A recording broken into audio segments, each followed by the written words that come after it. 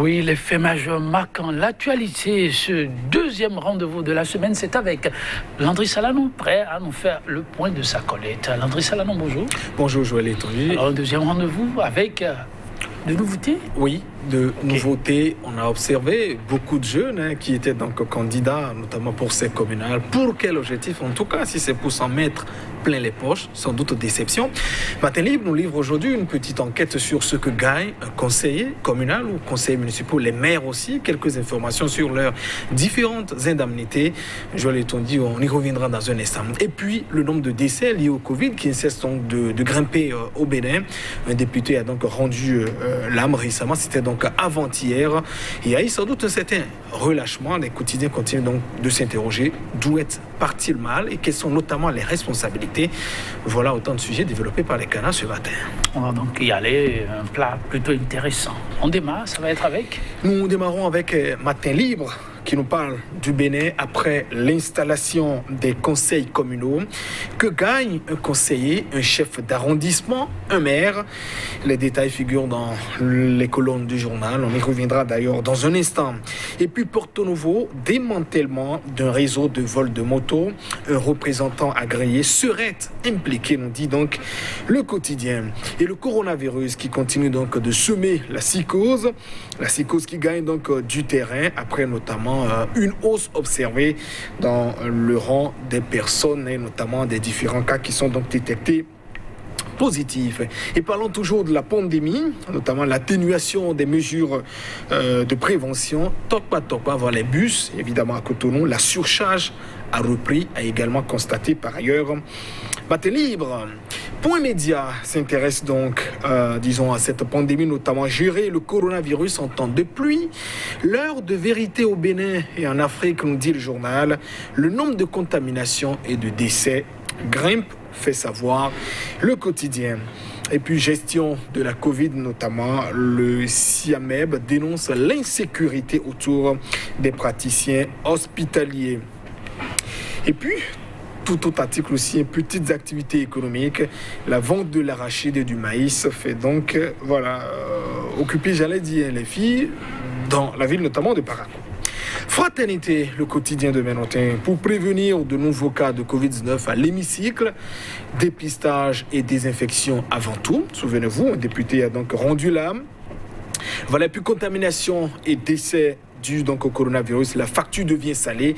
Il y a désormais 9 morts au Bénin officiellement et 483 cas contaminés. L'éco-info, mesure d'accompagnement coronavirus au Bénin. Malgré les 74,12 milliards annoncés, le Bénin est toujours à la traîne, dit le journal.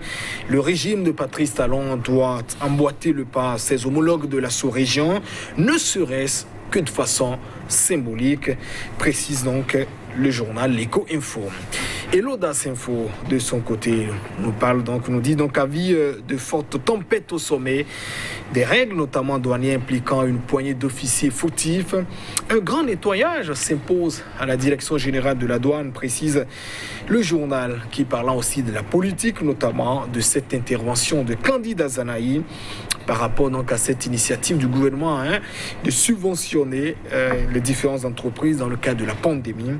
Au Bénin, les mesures restent tardives, obsolètes et insociables, précise donc le président de Restaurer l'Espoir.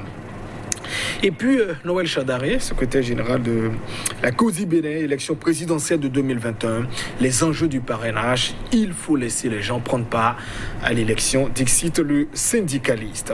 Et nous bouclons avec l'économiste qui nous avance cette date.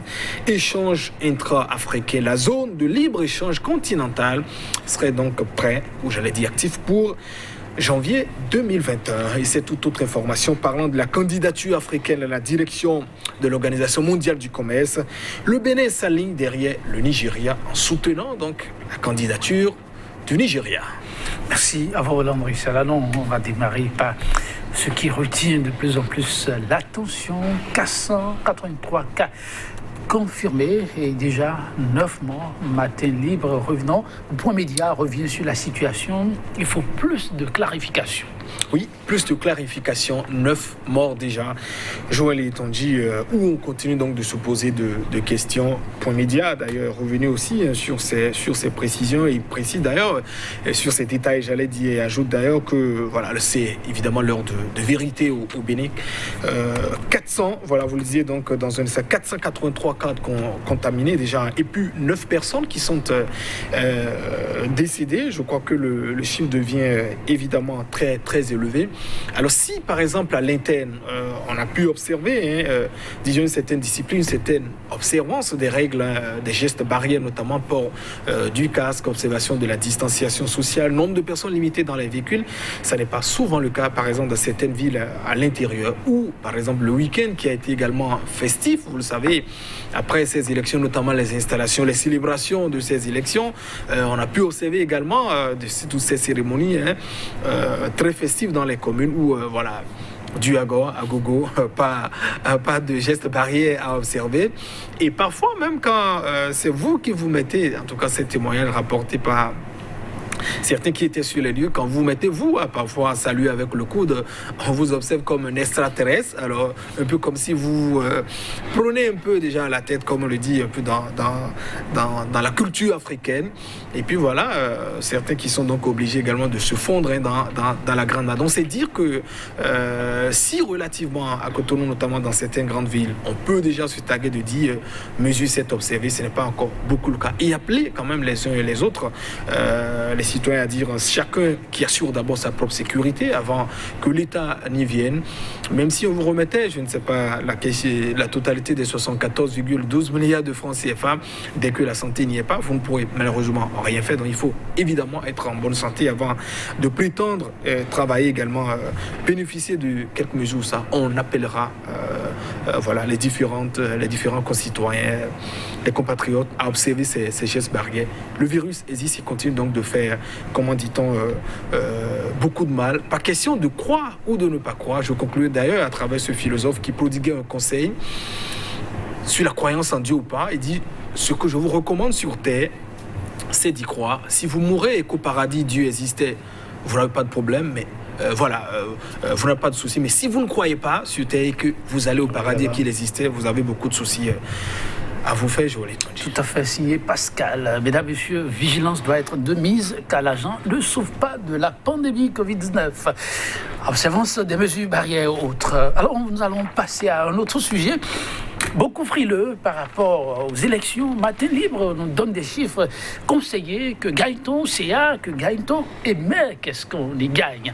La conclusion? Oui, et c'est l'article, j'allais dire, la loi 97-020 du 15 janvier 1999 portant organisation des communes qui précise les différentes indemnités auxquelles ont droit les différents conseillers, les chefs d'arrondissement et les adjoints, et notamment les maires.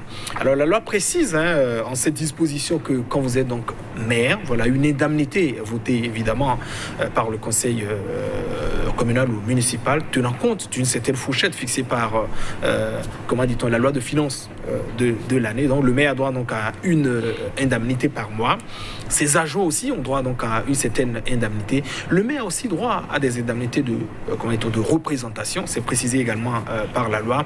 Et la loi aussi précise par ailleurs que quand vous êtes, par exemple, comment dit-on, chef adjoint au maire ou chef d'arrondissement, par exemple, il y a, comment dit-on, des frais, par exemple, de représentation, par exemple, qui vous seront donc remboursés lorsqu'il y a des fonctions auxquelles on vous donne droit. Alors, concrètement, quand vous êtes conseiller, par exemple, il faut dire que quand vous lisez un peu la loi, elle est demeurée pratiquement mieux sur les conseils, mais en tout cas, ce n'est pas le cas. Les conseillers aussi ont droit donc à une certaine indemnité en fonction de la taille, comment dit-on, des différents budgets. Alors, pour les informations rapportées donc par, comment dit-on, le quotidien Matin Libre, par exemple, de façon générale, les indemnités, comment dit-on, des conseillers communaux varient entre 60 000 et 90 000 pour certaines communes, et parfois aussi de 130 000 qui florent parfois les 200 000 francs CFA. À Boumé-Calavi, par exemple, les conseillers, c'est par trimestre, on dit qu'ils toucheraient autour de 400 000 francs CFA. faites 400 000 sur 3, vous tournez autour de 130 000 ou 133 000 francs CFA. Donc on évoque également le chiffre de, de 150 000 francs CFA à Cotonou, qui est la première ville, à statut particulier. C'est un peu plus élevé, on vous dira qu'ils approchent pratiquement la somme, des 200 000 francs CFA. Je parle des conseillers à ce moment. Et pour les maires, ça varie également d'une commune à une autre. Vous en avez par exemple qui touchent 180 000 francs CFA. Ailleurs, c'est 300 000 francs CFA que touche le maire. D'autres également sont autour de 250 000 francs CFA, ajoutés aussi aux frais de représentation et des autres. Mais la loi aussi est précise que vous soyez conseiller ou pas, vous avez droit donc à des indemnités de session. Il y a 4 sessions, par an. Les mois sont d'ailleurs fixés. Et les indemnités, par exemple, à Parakou pour les conseillers, c'est à 25 000 francs. C'est fixé à 25 000 francs CFA. Toribocito également, c'est le même prix. Et donc, vous voyez, ça varie,